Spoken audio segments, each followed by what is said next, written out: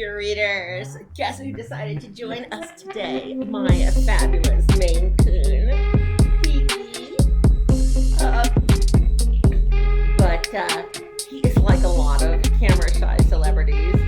He is wanting to be let down. But I thought it'd be nice if he said hello. Hello, everybody. That's Piggy. Well, here is hoping that you are all having an amazing, amazing, amazing day. Now, there's a good chance you're watching this in the middle of a school day. So I thought it'd be a nice idea for us to do some stretches and get blood to the brain so we can think the best we can. I always say that writers and editors are professional thinkers. They are mental athletes, and so you do have to train yourself to do things that will wake you up and help you think the best you can. Okay, so let's start by reaching high for the sky. Reach high for the sky and do some deep breathing. Okay, and then reach low, and again, continue to breathe deeply because I'm sure cafeteria food hasn't changed that much over the years. If it's after lunch, you are probably suffering from a carb coma. Okay, now I'd like for you to stretch this way. All right, stretch that way. Okay, then please roll your shoulders backward. If you're anything like me, I hunch over the keyboard, so then I get a sore back. Try to do this at least 10 times. All right, and then let's do it another 10 times, but this time in the opposite direction. And teachers, I am going to have you, perhaps you want to appoint one of your kids to lead stretches, or perhaps you want to lead some more stretches. But in any case, why don't you do that while I sit back down? I have been short of breath lately, and I don't know if it's because of my extra insulation or because I moved several hours south where the air might be different as far as allergens goes. So, but I am starting a new exercise regimen. So hopefully that will improve things. I thought I'd try that before we went the medical route. Okay, all of that being said. Now, I'd like to ask all of you to sit down, and kids, please be silent, young people, until I count to 5, okay? During this time, I would like for you to notice how much more clear-headed you are. So stop talking, stop everything, and just think about whether you feel more awake, all right? 1, 2, 3, 4, 5. All right, let's move on. Here we are in the 3rd chapter of Burn This Book, The 10,000 Year Plan. And I have cat fur in my lipstick. All right, today I'd like for us to examine the motto of Empress Isabella's plan. Every decision counts. I made this her motto because I think so many people just sleepwalk through every day, not challenging their decisions or critically or actively thinking. And so I think it might be an interesting exercise, teachers, to ask your students to write down every choice they make from the moment they wake to the moment they sleep. Chances are all of you will find we make countless decisions every day, starting from the day before to years before you actually live a day. For example, if you want to retire early, you'll have to start saving immediately. The decisions you make now will affect your life in decades to come. Teachers, right now, you can have your kids also, here's another exercise, vote for the good or bad things that they vote with their time, money, and attention. Because here's the deal.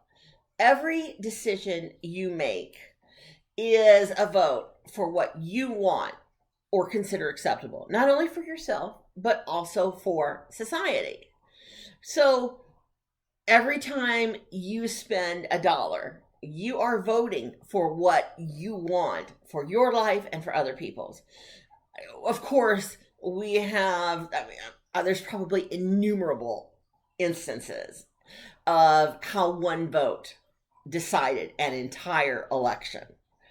But also, too, we vote for what we want with our time and attention. So please sit down and think of the way they vote for good things or bad things with their time, money, or attention. You see, each one of us thinks that we don't have much influence. In a nation of 330 million plus people in the United States and a world of 7 billion, it's easy to think we have no power, that we have no influence. But in reality, if you start looking at the way your decisions start triggering other decisions, not only on your behalf, but also on other people's behalfs, you can see that this one drop of water in an ocean, how it keeps making drops, how over your lifetime, you make a massive difference in the world. So if you would please, if you could please like and subscribe.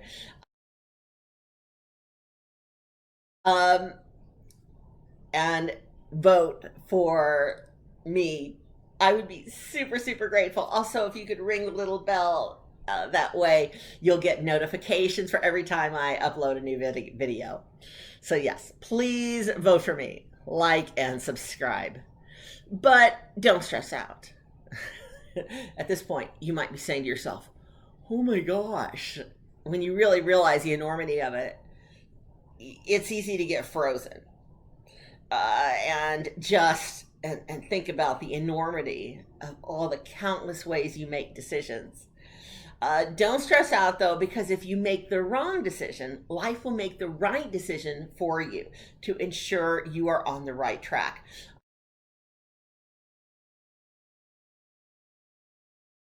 I once had a super good therapist tell me that a crisis is the universe's way of saying you can't go on a certain way any longer. And that's why I have no tattoos, because I have seen countless times how life can turn upside down and completely change in an instant. Case in point, how my son Jacob fell out of a window onto a 12th floor window ledge. All right, this is also the story of how my twins were born. Now, first of all, I didn't want any kids, probably when I was your age. When I was 20 years old, I wanted 0 kids, and I was sure about it. I remember talking the issue over with my ex-husband, and I said, are you sure you want kids? And he says, yes. He says, I really feel that if I didn't have them, I would be missing out on something. And so we set out to have 2 kids. I kind of let him talk me into it, which is not a good decision when it comes to making another human life. I let him talk me into it, and we had 2 kids, Jacob and Joshua, both very handsome, intelligent, superb young men, I must say. Now, you can tell we didn't want any other kids because many of the alternatives for female names, like Jezebel, aren't so nice. So we thought life was complete having 2 children. Until talk about a fateful day. My ex and I and our 2 little kids were driving to my fabulous Aunt Tony's wedding in Florida, which would be the next day. My ex casually commented that he'd had a dream in black and white in which he'd witnessed our son flit around like a butterfly, lean against a window, and fall out. The dream stopped with my son in a 45-degree angle in midair. Now, back then, I didn't know what to do with this kind of stuff. So my ex and I basically just blew it off as a weird dream. Now, cut to the wedding reception. Turns out that unbeknownst to anybody, the wedding photographer had unscrewed the window. It was screwed shut in 2 places. She'd unscrew it and opened it so that the women's face wouldn't melt in the Fort Lauderdale heat. Then she shut it without even turning the latch or let alone bothering to re-screw the window shut. Well, here's what happened. It happened exactly the way my ex saw it, but this time in horrifying color. My son and his cousin, Caden, also a fine young man, they fluttered around, chasing each other, and then Jacob leaned against a window, and I was kind of reclining and just watching him. He leaned against the window, and it swung open, and he fell out, just like this, onto the concrete window ledge. Now, let's be completely precise about this. This was a window ledge, not a balcony. There were no railings. There was nothing to keep my son from falling to sure death, a horrible death, 12 floors below on unforgiving concrete. I screamed, and I remember grabbing his ankles thinking, okay, at least I've got him. He's going to be okay now. I'm in control of this situation. And then my brother-in-law, who's a complete hero, my brother-in-law, John Hahn, he's a complete hero. He played football all his life. And little did he know he was training for the ultimate prize, which was to save a life. He heard my scream. He came in and he scooped Jacob in off the window ledge just as if Jacob were a football and brought him into safety. Jacob didn't even have bruises on his knees. But talk about things you can't unsee. I suffered tremendous PTSD for a year. And then my ex and I decided to embrace life by having a 3rd child. Surprise. Instead of being pregnant with a singleton, I gave birth to 2 kids, Max and Madeline, both together 18 pounds of baby. So just think, in a split second, the odds of my twins being born went from 0 to 100%.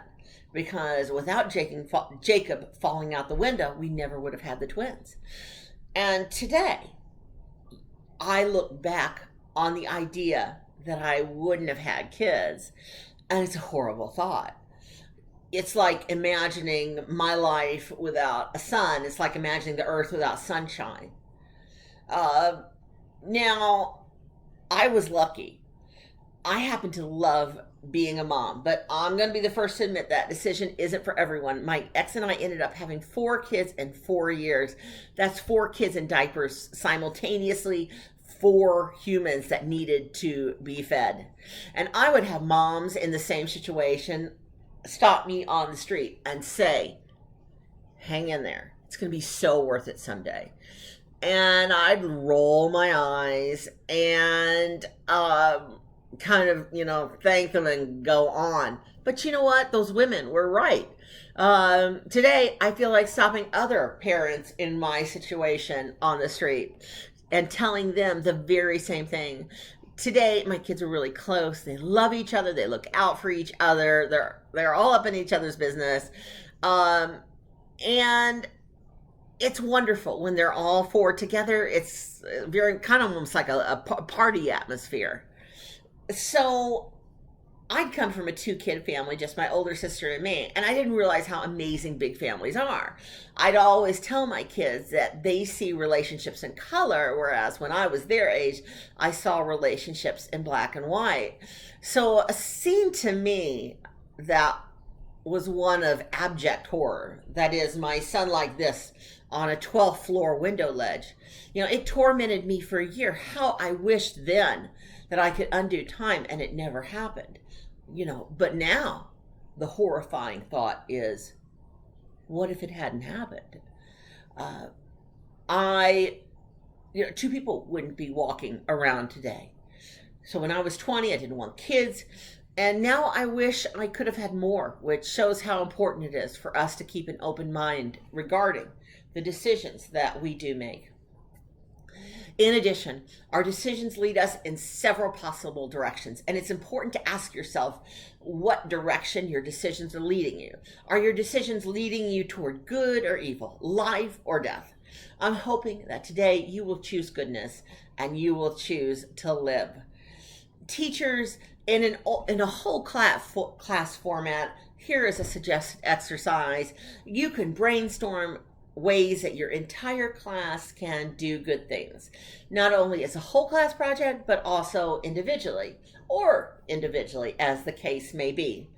Please comment below with some of the things that you've decided, both individually and as an entire class, and I will send the 33rd class to reply candy. Okay? Also, just to let you know, I have started merch. And so if you will check the description for each of my videos, you will see that there's merch there. This stuff is top quality, and it will show the world that you have decided to choose goodness, choose to live, and you want other people to do the same thing. So with that, I'll leave you. Have an amazing, amazing, super awesome day.